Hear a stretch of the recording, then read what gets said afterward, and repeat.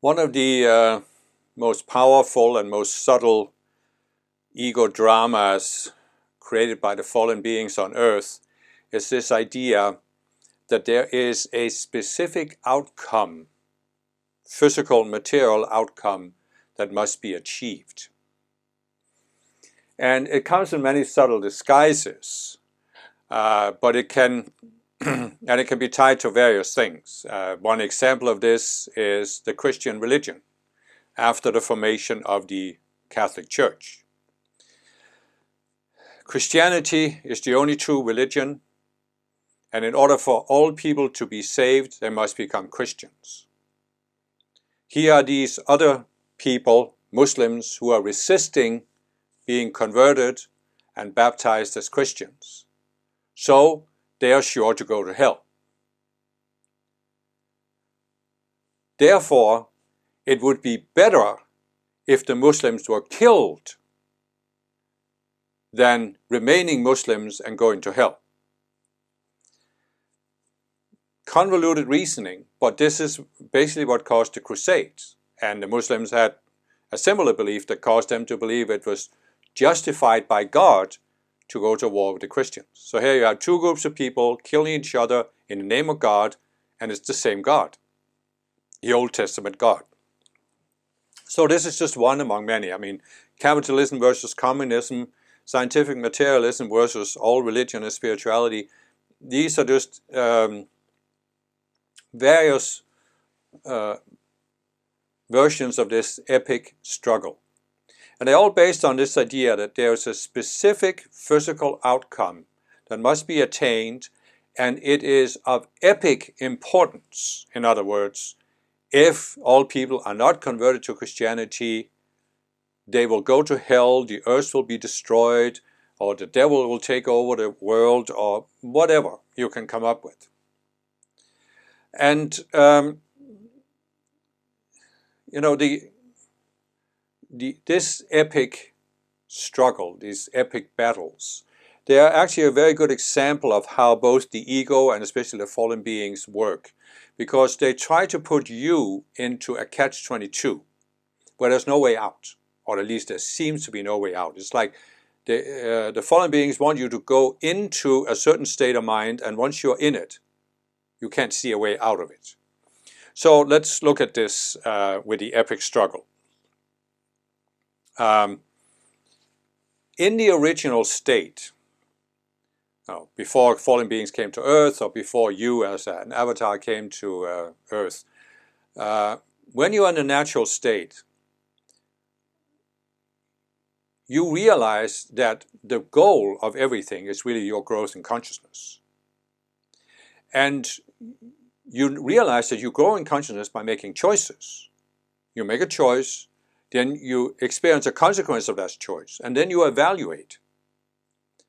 What was it in my consciousness that caused me to make that choice? If I want more of this choice, then you just keep doing the same thing, projecting out through that state of consciousness. But if you want more than this, if you want a different outcome, you realize it was something in your psychology, in your consciousness that caused you to make that choice, so you change your psychology. And that's how you grow. Because you realize that the goal is not to manifest a particular outer result. The outer result is really not important. The outcome is your growth in consciousness. That's what's important. So what the fallen beings have done is they have perverted this natural scenario. And they have done this by using the duality consciousness, of course, and in the duality consciousness there are always two opposite polarities. And then there is a value judgment imposed upon the two polarities. And it's right and wrong, good or bad.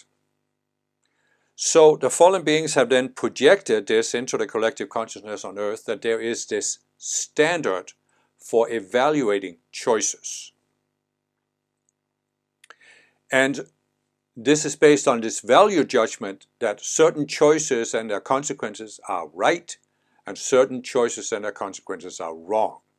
And how do you determine what's right and wrong? Well, there is this epic goal that must be fulfilled. So anything that supports that goal is right, anything that goes against it is wrong. This is what they have projected. And you see how many people and societies have been pulled into this epic struggle based on this standard of some ultimate goal and some epic evaluation of right and wrong.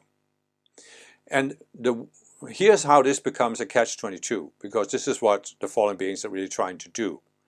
Especially to those of us who are more spiritually evolved and have potential to manifest personal Christhood in this lifetime. They try to put us in this catch-22 that we seemingly can't get out of. And so one of the guidelines for behavior that we can say is more neutral, that is not an epic guideline, is the golden rule. Don't do to others what you don't want them to do to you. And so, based on this golden rule, all people have a certain intuitive sense. And this is where it gets a little bit tricky, because you would say they have an intuitive sense of right and wrong. And how does this then jive with this idea of the fallen beings have imposed this standard of right and wrong? But you see, from a larger perspective, a perspective of the Christ mind, whatever helps you grow is right, if you want to use that word, and whatever doesn't help you grow is wrong. It's not really that the Christ mind uses this terminology, but it's just that the golden rule is based on the Christ mind, that if you don't force others, and others don't force you, then nobody forcing each other, and then everybody is growing.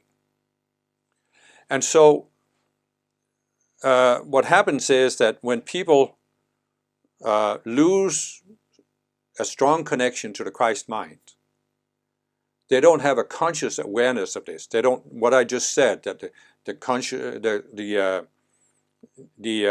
Christ mind doesn't operate with right and wrong. They can't consciously realize that. But they can still have an intuitive sense that something isn't the best choice. But what the fallen beings have done is they superimpose this right and wrong evaluation upon people. So here's how this plays out. Now, fallen beings project, for example, there's an epic outcome that must be achieved. We need to defeat the Muslims and free the holy city of Jerusalem from Muslim occupation. So somebody gets pulled in by this and decides to become a crusader, travel to the Holy Land, and it kills a Muslim. Perhaps it even takes part in raiding a whole village and massacring men, women, and children. So it has now done something, and one of the, you can say, the Christ standard is you don't force others, the golden rule. You don't force others if you don't want to be forced. So obviously, very few people want to be killed, so you don't kill others. That's the golden rule. So if you violate that, then you will intuitively sense this wasn't a Christ-like choice. But if you have in your outer mind the standard of right and wrong, you'll say, this was a wrong choice. This was almost the ultimately wrong choice you could make to kill another human being. This, of course, realization is impossible to live with. It's unbearable. You have done something really wrong. But what do the fallen beings do? Well, they offer you a way out of it, because even though you intuitively sense that it was wrong to kill another human being, you can live with it when you accept the fallen beings and their epic goal. That it was so epically important for God that all people became Christians, and therefore it was okay to kill the Muslims.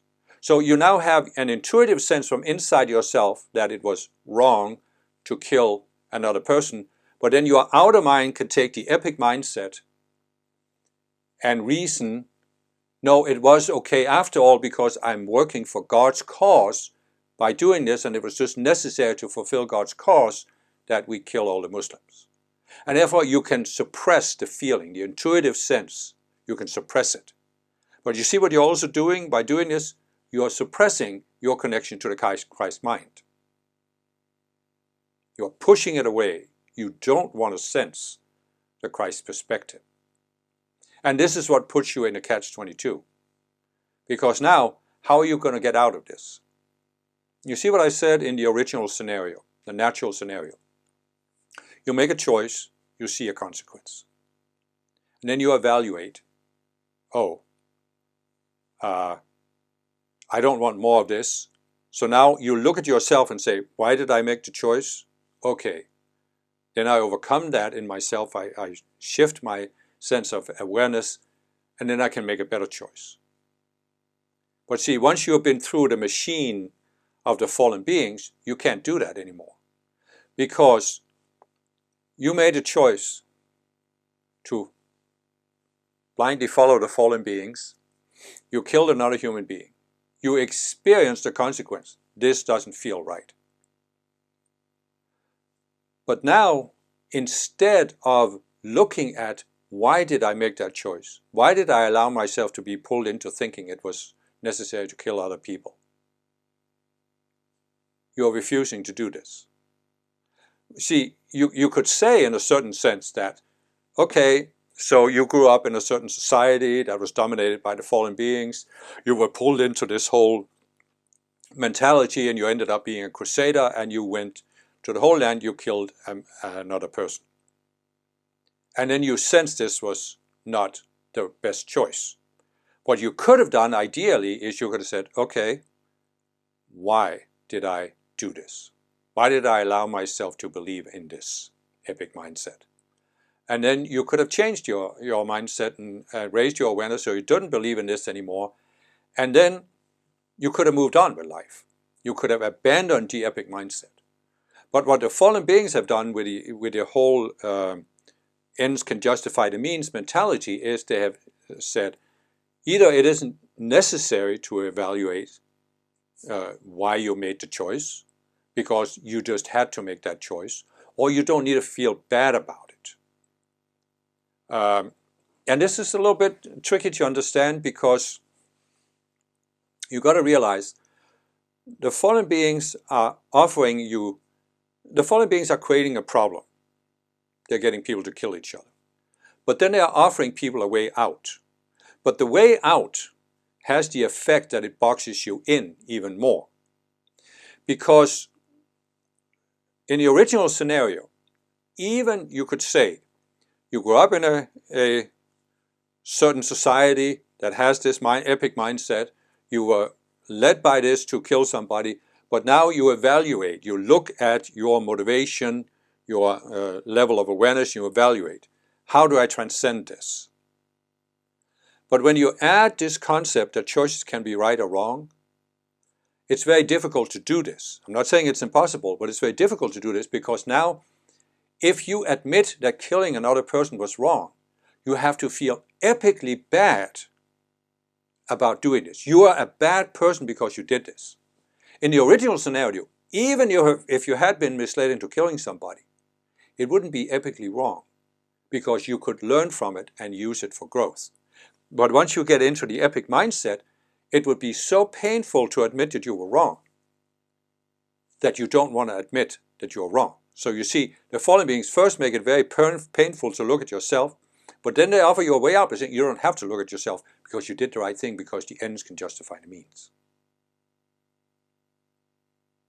And this is what makes it very, very difficult for people to get out of this once they're in it.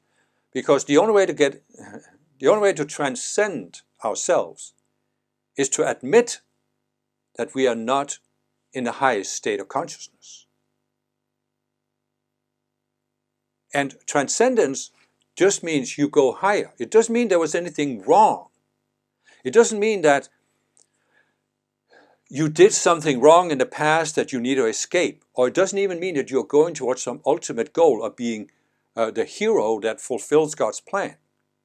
You see, the fallen beings offer you two things. You can either feel that you are the worst possible person for doing something wrong, or you are the best possible person for doing something right. But in the original scenario, this doesn't even come into play. This isn't the Christ mind. It's just a matter of you're at a certain level of consciousness, you make certain choices, you look at those choices, look at why you made them, then you transcend yourself, and you keep transcending yourself. This is the goal. But the fallen beings have obliterated that goal because there is no concept in most societies of a spiritual path and higher levels of consciousness. Instead, the goal is to manifest certain physical outcomes on earth, and it is epically important to manifest them. We can also look at it this way, that in the original scenario, everything revolves around your individual growth in awareness. At a higher level of awareness, higher level of Christhood, you are seeking to raise the whole. But basically, the goal is raising awareness. But the fallen beings have obscured this goal. And instead, the goal is to manifest certain outcomes on earth. The earth is really just, as I say in several videos, a reality simulator. And there's no goal that needs to be achieved in the reality simulator. There is just the growth in awareness. But the fallen being is that there's no growth in awareness. The goal of the world is to manifest a specific outcome, for example, an ideal society. Look at history and how many civilizations have been pursuing this dream of an ideal society, and how the fallen beings have time and time again promised that if you follow them blindly, there will be an ideal society. And so another way that the fallen beings have tried to box you in, put you in a catch-22, is to say that, of course, the epic goal, you are working for God's cause, but it also means that if you were to admit that it was wrong to kill another human being, for example, God would condemn you for doing something wrong.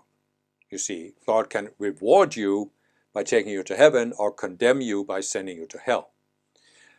And this is what the fallen beings have projected, this image of the angry and judgmental God in the sky. Now, the reality is, of course, there is no such God. But there are spiritual beings that are spiritual teachers and the Ascended Masters. And what many people think, and including myself when I was new to Ascended Master teachings, is that we think that the Ascended Masters are somewhat like that angry, judgmental God, because they will also condemn us when we make a mistake, when we fail our tests or don't pass our initiations. And this is not the case. This is absolutely not the case. And it's very, very important to come to realize that. The Ascended Masters really have only one evaluation. How can they help us transcend ourselves? And the fallen beings have no respect for free will, but the Ascended Masters have absolute respect for our free will. That means that if we are not open to their help, then they can't help us. And what does it mean to be open? Well, it basically means that you're not seeking to hide anything from the Ascended Masters. You're willing, I mean, you don't have to do it all at once, but you're willing to say, I want help with this area of my psychology. Help me see this. And then the Masters will do whatever they can to help you see it. But if you are in the mindset created by the fallen beings, and you are projecting that if the Masters see that you have some problem in your psychology, they are going to condemn you, then you don't want to ask them, right? You basically want to pretend that they can't see you, that you can hide. What you can hide from other people is hidden from the Ascended Masters. This is what the ego thinks. And I recognize this myself. I see it in many other Ascended Master students, that you have a certain phase on the path where you're open to the existence of Ascended Masters. And you're studying their teachings, you are giving decrees and invocations, and you're somewhat open to asking for the Master's help. But really there are certain things that you would rather hide from the Masters. So you want them to look very selectively at how they can help you, but you don't want them to look too deeply. And I recognize in myself that there can be certain specific things we don't want the Masters to look at that we're aware of, but there can also be this deeper sense of maybe there's something hidden. Maybe there's an aspect of my ego that's really bad, and I don't want the Masters to see it. And in many cases, it just isn't there. It's just we are fearing that there could be something. And by not wanting the masters to look at it, we are not looking at it ourselves. And therefore, we can't see that there is nothing there. The emperor of the ego has nothing on. And it's just an immense relief to come to realize two things. First of all, yes, fallen beings have tried to manipulate us into going into this catch-22 that we can't get out of. Second of all, the ascended masters don't condemn us for anything we have done in a duality consciousness. It's allowed by free will that we experiment with a duality consciousness. But when we go into the duality consciousness, the sense of separation, we put ourselves in the school of hard knocks, meaning the masters are very limited on how they can help us because we can't hear them. We're not even listening. And so they only have one concern. When are we going to be open to receiving their help, where they will help us transcend ourselves, get out of the school of hard knocks, get out of the duality consciousness? And the masters don't come to us and say, you have to realize how bad you have been.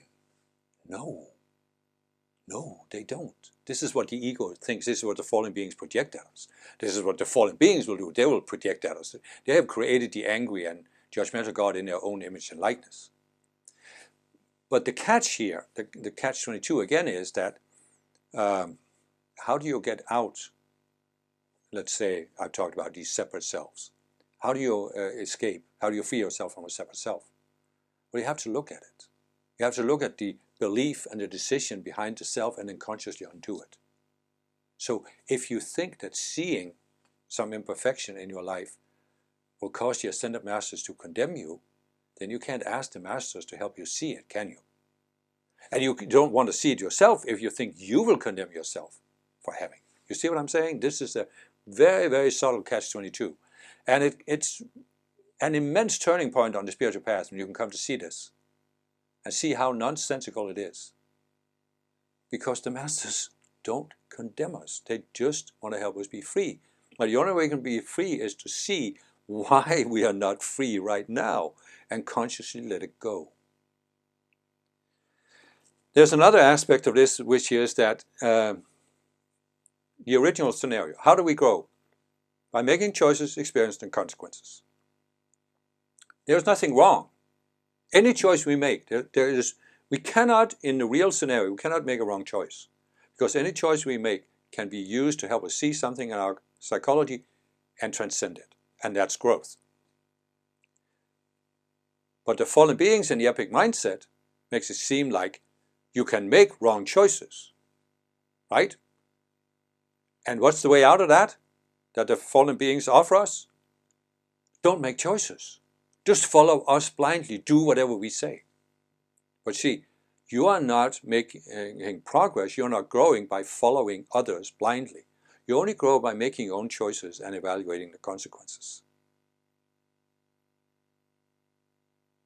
So it's just an incredible liberation to realize this whole mechanism and let go of this epic mindset and the right and wrong choices. Masters have said several times that the fallen beings only had to do one thing to screw things up on Earth. They had to project into the collective consciousness there is this epic standard for right and wrong. Everything has to be evaluated based on the standard. Completely unreal, complete fabrication of their minds. Now I know there is a sort of a confusion that could come in here. And it is that, well, what about the masters? They are constantly talking about manifesting Saint Germain's golden age.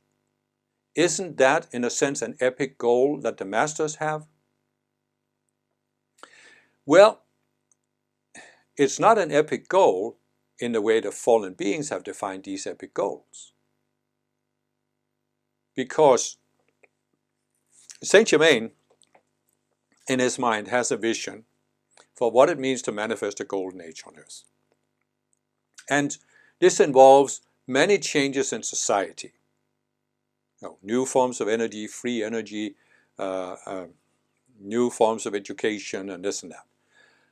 So you can say, yes, there are certainly outer goals that Saint Germain would like to see manifest. But the purpose of this is not to manifest a particular outer society.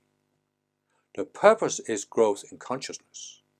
And in order to explain or understand this, it can be helpful to realize that what the fallen beings are trying to do, they're trying to create an ideal society that reaches some state of perfection where it never needs to change. And it will remain that way for 1,000 years, as the Bible, for example, says. But this is not the goal of Saint Germain. He doesn't have an end goal and says, this is when the golden age is manifest, and now it's going to remain this way for the last part of the age of Aquarius. Saint Germain sees a society that's continually growing and evolving and transcending itself, because that's how it is in the spiritual realm.